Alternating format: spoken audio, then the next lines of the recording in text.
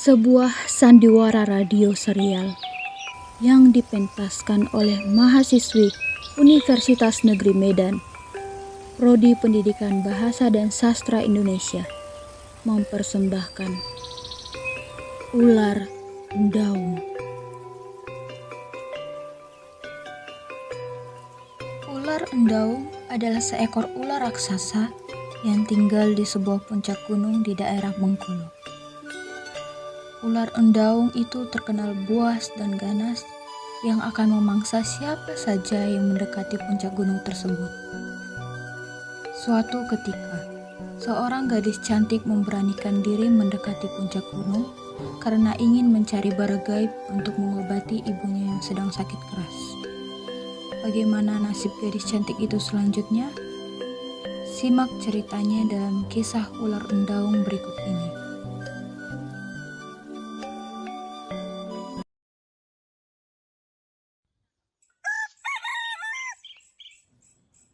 Dahulu, di kaki sebuah gunung di daerah Bengkulu, hiduplah seorang janda tua dengan 3 orang anak gadisnya. Dari ketiga anak gadis tersebut, si bungsulah yang paling rajin membantu ibu mereka bekerja di ladang untuk memenuhi kebutuhan sehari-hari mereka. Ia juga yang harus memasak sepulang dari ladang. Sementara itu, kedua kakaknya hanya bermalas-malasan di rumah. Mereka tidak pernah mau membantu ibu mereka bekerja di ladang. Sulung, bantu ibu mencuci kain ke sungai.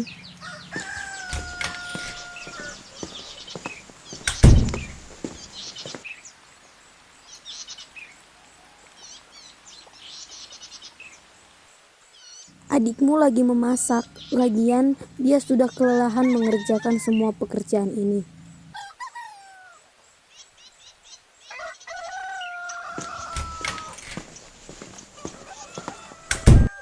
Ada apa ini, Bu? Ini kakakmu tidak mau disuruh mencuci kain ke sungai. Ya sudah, biar aku saja, Bu. Ibu istirahat saja. Ibu kan sedang kurang sehat. Baiklah, terima kasih nak. Kamu hati-hati ya di sana. Baiklah, Bu. Aku berangkat ya, Bu. Bagaimana ini? Punya 3 anak gadis, tapi hanya 1 yang mau membantu. Suatu hari, sang ibu sakit keras, tidak mau makan dan minum. Melihat kondisi ibunya yang parah itu, cepat-cepatlah si bungsu memanggil tabib desa. Sang tabib pun segera memeriksa keadaan perempuan tua itu.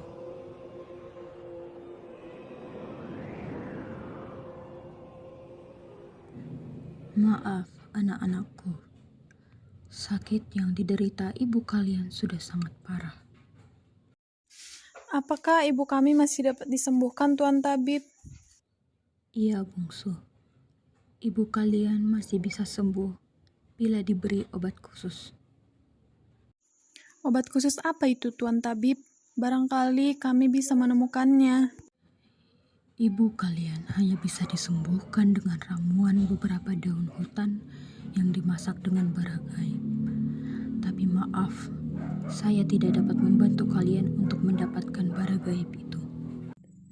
Kenapa Tuan Tabib? Ketahuilah, bungsu, bara gaib itu hanya terdapat di gua yang berada di puncak gunung.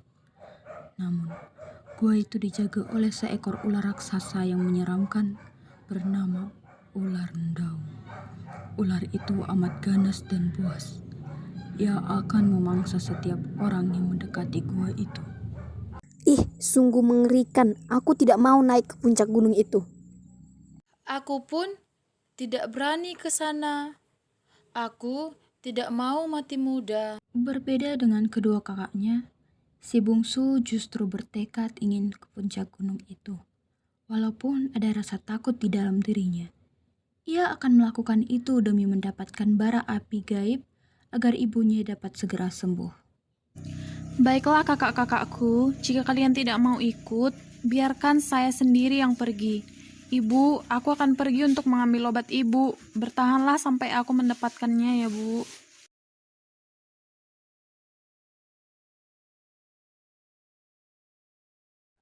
Jalan menuju ke puncak gunung itu cukup terjal dan berbatu. Meskipun demikian, si bungsu tetap semangat dan tak kenal lelah. Setiba di puncak gunung, terlihat oleh si bungsu sebuah gua yang hampir tertutupi oleh rimbunan dedaunan.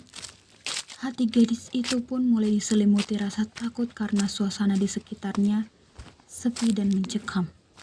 Namun, karena teringat kepada ibunya yang terbaling lemah, ia pun memberanikan diri untuk mendekati mulut gua itu.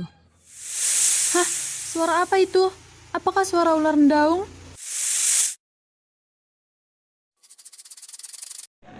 Hai gadis cantik, siapa kamu?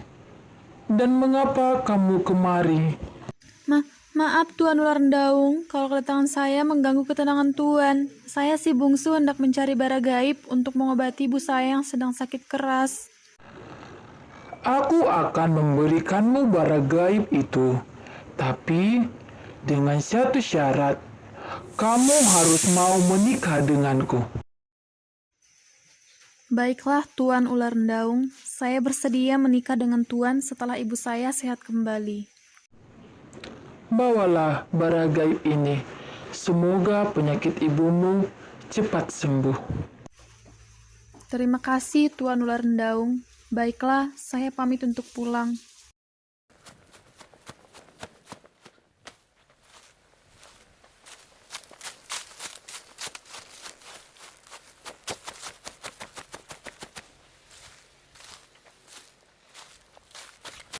Hai bungsu, bagaimanakah cara kamu bisa selamat dari ular rendaung itu? Si bungsu pun menceritakan semua peristiwa yang dialaminya di puncak gunung hingga ia mendapatkan bara gaib itu. Kedua kakaknya yang mendengar cerita itu bukannya prihatin kepada si bungsu, melainkan menyindirnya. Sudahlah, mestinya kalian berterima kasih kepada adikmu yang telah memperkenalkan dirinya demi memperoleh bara gaib ini. Setelah itu, sang tabib segera memasak ramuan daun hutan yang telah disiapkan dengan bara gaib. Alhasil, janda tua itu sehat kembali setelah meminum ramuan tersebut. Ia merasa amat bahagia begitu mengetahui bahwa dirinya sembuh berkat pengorbanan si bungsu. Terima kasih bungsu, engkau memang anak yang pandai berbakti kepada orang tua. Engkau telah mengorbankan segalanya demi kesembuhan ibu. Terima kasih nak. Sudahlah Bu, tidak usah memuji seperti itu. Yang penting sekarang ibu sudah kembali sehat. Keesokan harinya, si bungsu pun berpamitan kepada ibu dan kedua kakaknya untuk kembali ke puncak gunung. Suasana haru pun menyelimuti hati keluarga kecil itu. Maafkan aku Bu, aku harus kembali ke puncak gunung untuk menepati janji pada ular rendaung. Mohon doa restunya ya Bu. Iya anakku, ibu merestui. Tapi ibu berharap semoga ular rendaung itu berubah pikiran nak. Iya Bu, bungsu juga berharap begitu. Tapi kalau tidak, barangkali ini memang sudah menjadi nasib bungsu harus menikah dengan ular. Akhirnya, si bungsu kembali ke puncak gunung untuk menemui ular rendaung dan tinggal di gua itu. Pada malam harinya, si bungsu dikejutkan oleh sebuah peristiwa ajaib. Ia menyaksikan ular rendaung berubah wujud menjadi seorang kesatria yang tampan dan gagah perkasa. Hah? Bagaimana hal ini bisa terjadi? Siapa sebenarnya Kanda? Maaf Dinda, karena telah mengejutkanmu. Kanda adalah seorang pangeran dari sebuah negeri di kerajaan di negeri ini. Nama Kanda adalah Pangeran Abdul Rahman Alamsyah. Pangeran itu kemudian menceritakan bahwa dirinya disihir menjadi seekor ular oleh pamannya karena menginginkan kedudukan sebagai calon raja. Ia juga berjanji baru akan menikahi si bungsu setelah sihir itu sirna dari tubuhnya. Kelak, jika sihir ini telah hilang dari Kanda, barulah Kanda akan menikahimu. Kamu tetaplah tinggal bersamaku di gua ini, hingga suatu saat sihir ini akan hilang. Baik, Kanda.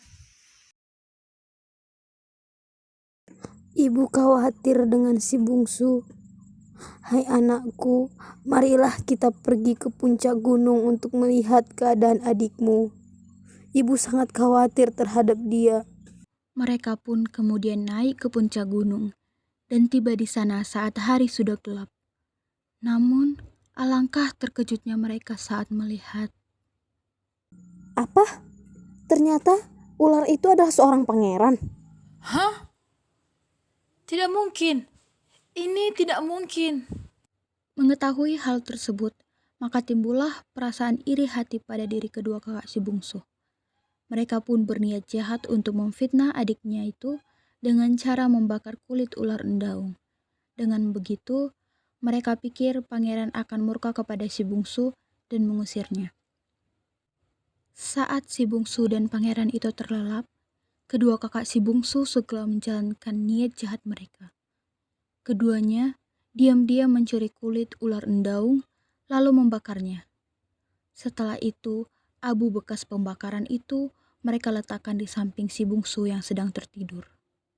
Ketika hari menjelang pagi, Pangeran Abdul Rahman Alamsyah pun bangun, hendak menggunakan kulit ularnya. Alangkah senangnya hati pangeran itu saat melihat kulit ularnya terbakar. Ia pun segera membangunkan si bungsu. Dinda, ayo, cepat bangun. Lihatlah, ada orang yang telah membakar kulit ularku. Berarti, Kanda benar-benar terbebas dari sihir ini.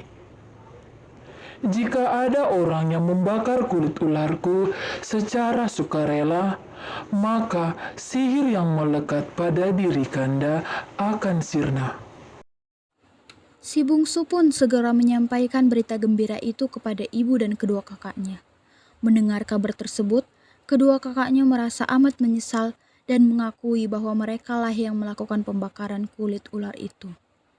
Akhirnya, ular endaung yang kini telah kembali menjadi pangeran bermaksud memboyong si bungsu dan keluarganya ke istana.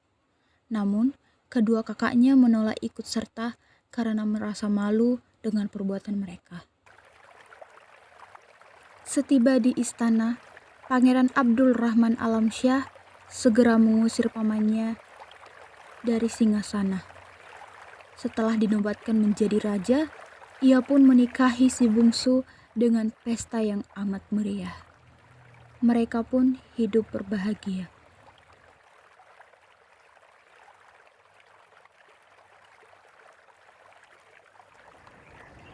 Demikianlah cerita kisah ular endaung dari daerah Bengkulu.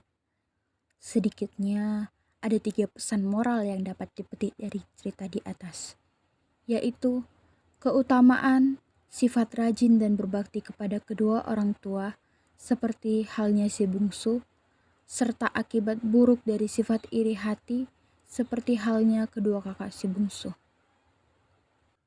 Terima kasih sudah menyaksikan persembahan Sandiwara Radio dari kelompok kami. Semoga pendengar terkesan dan terhibur oleh persembahan kami. Jika ada kesalahan kata dalam alur pementasan, kami mohon maaf. Semoga kita selalu sehat dan akhir kata kami mengucapkan sampai jumpa di lain kesempatan.